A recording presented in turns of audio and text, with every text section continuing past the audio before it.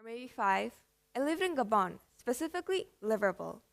Now, I don't remember much, but I do know that thanks to my parents, I lived in a pretty stable environment and never went a day in my life without water. And so to me, water became like a factor that would never run out because it is as easy to get just by turning the tap. But that wasn't the case for some of the people there. Gabon by itself was a country with abundant water, but the distribution amongst its people was uneven and sometimes even unsanitary. Back then, I didn't realize what sort of significance there was to this. It is incomprehensible for me to think that the water we drink day to day is decreasing when it's an abundant source for us. And that's what I plan to talk about today: water scarcity. According to Netflix, 71% of our world is composed of water, and almost 97% of that water is ocean water, water we can't drink unless it's desalinated. 2% of that water is frozen freshwater, which has, for the most time, been unavailable to us. The remaining 1% is freshwater, a source we greatly rely on, consisting of lakes and rivers. But the actual amount we use is less than 1%, because in that 1% is groundwater, which has been hard to obtain due to its displacement. Though we didn't have much to begin with, it isn't the lack of fresh water that got us to this extreme point. There are 3 main factors that caused this issue to reach its peak. The most prominent reason is global warming, which as of now is causing prolonged high temperatures, causing a rise in drought and severe storms, which are drying out the lakes. With the weather patterns being erratic as well, the global water withdrawal in 1900 and 2010 has increased 8 times more, which is what probably caused 2 billion people to live in countries experiencing this severe water shortage. Furthermore, there's also economic water scarcity, the insufficiency of water caused by poor infrastructure and management of resources. Unlike physical water scarcity, economic water scarcity provides basic amounts of water. But the access to this resource is restricted, and the given water may be polluted and even unsanitary. An example of this is in Mexico City that, according to a documentary from Netflix, has limited supplies of water despite having copious rainfalls. From the absence of wetlands, little of the rainwater is delivered to the aquifers, most of it being lost in the sewage system. With the addition of leaky pipes, almost 40% of the city's water is lost, and parts of its land continue to sink due to great withdrawal of underground water. Moreover, as the population ever so increases, so does its demand, with water being the most important. However, overpopulation as itself isn't our main concern. Personal uses of water only take up to 8% of our total water supply. Industry takes up to 22%, leaving agriculture, taking up to 70%, to be our foremost worry.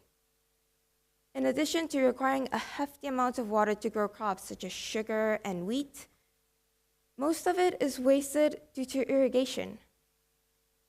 Agriculture also accounts for livestock, the production of meat. Not only do these animals produce a great quantity of CO2, but in case of cows, they also require alfalfa, a highly water concentrated plant. Now we know that global warming, economic decline, and ineffective consumption are the primary causes of water shortage. But many of us have known that ages ago. Google has informed us, the news has kept reminding us, and even the school has told us. What I want to focus on is the who. Who eats this meat? Who drinks these beverages, these clothes that take so much of our water? People who can buy meat, who can buy so much plastic and have enough to buy more. The rich. And I'm not saying the rich as in millionaires, no. I'm saying the rich as in those that are economically able to support themselves and have more than enough to buy commodities. I'm not here to play the blame game. I'm not blaming all of us here for having played part of a world's annihilating plan, because I know I haven't. And I know it takes much more than individuals to bring our world to this state. But it's those that are economically able to support themselves that can even start to buy products such as coffee and meat. But who's the one suffering? Developed countries such as the UK, US, Canada, and Brazil have had the highest annual meat consumption per person. But again, it's not these countries that are suffering from water shortage. It's not the people who eat meat that are suffering, nor is it the industries that are using fossil fuel that are suffering from this issue. In the end, it's those that are in poverty that are receiving the blow. Water is a basic human right for us. Without it, it's simple, we die. Even now, the absence of water has left over half of the population suffering. However, it's not too late. Many amazing scientific inventions have been already made in regards to this growing concern. Some entail easier ways to transport water, while others are more about filtering water. Though these are all brilliant ideas that could potentially save our world, we can also take matters to our own hands. Just like we can't buy water for everyone, water scarcity is not an issue we can solve alone. Reach out to your community and get more hands on the issue. Use effective methods such as virtual platforms like YouTube or Instagram to get the support we lack and find viable solutions. With more than a brilliant, excellent minds, determined experts on the case, and many promising youths, we may be able to turn the tides. That entails pursuing an environmentally friendly lifestyle. Make small changes in your daily life. Remember the 3 R's: reduce, reuse, recycle. Don't throw trash into the wrong place just because of a brief moment of laziness.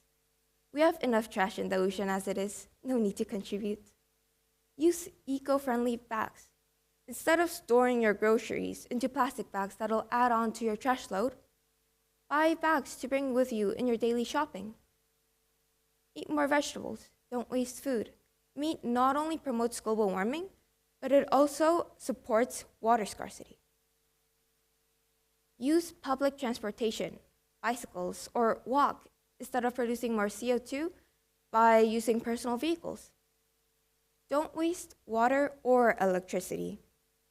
Remember, it's not only environmentally bad, it also takes a toll on your monthly bills too. As an individual, we may not do much, but as a group of people contributing towards the same goal, we'll be able to make a change. Funding and raising fundraisers aren't the only things we can do.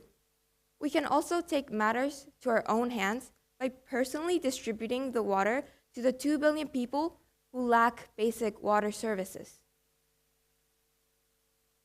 I drink about 2 bottles of water every day, and it might be even less than that because sometimes I forget to keep myself hydrated. But there are people out there who don't even drink that much. Even if we don't feel the urgency, even if we want to leave it to our second generation, the generation after that, and then the next generation, we still need to educate these generations. And there's no better way to educate than through our actions. Thank you.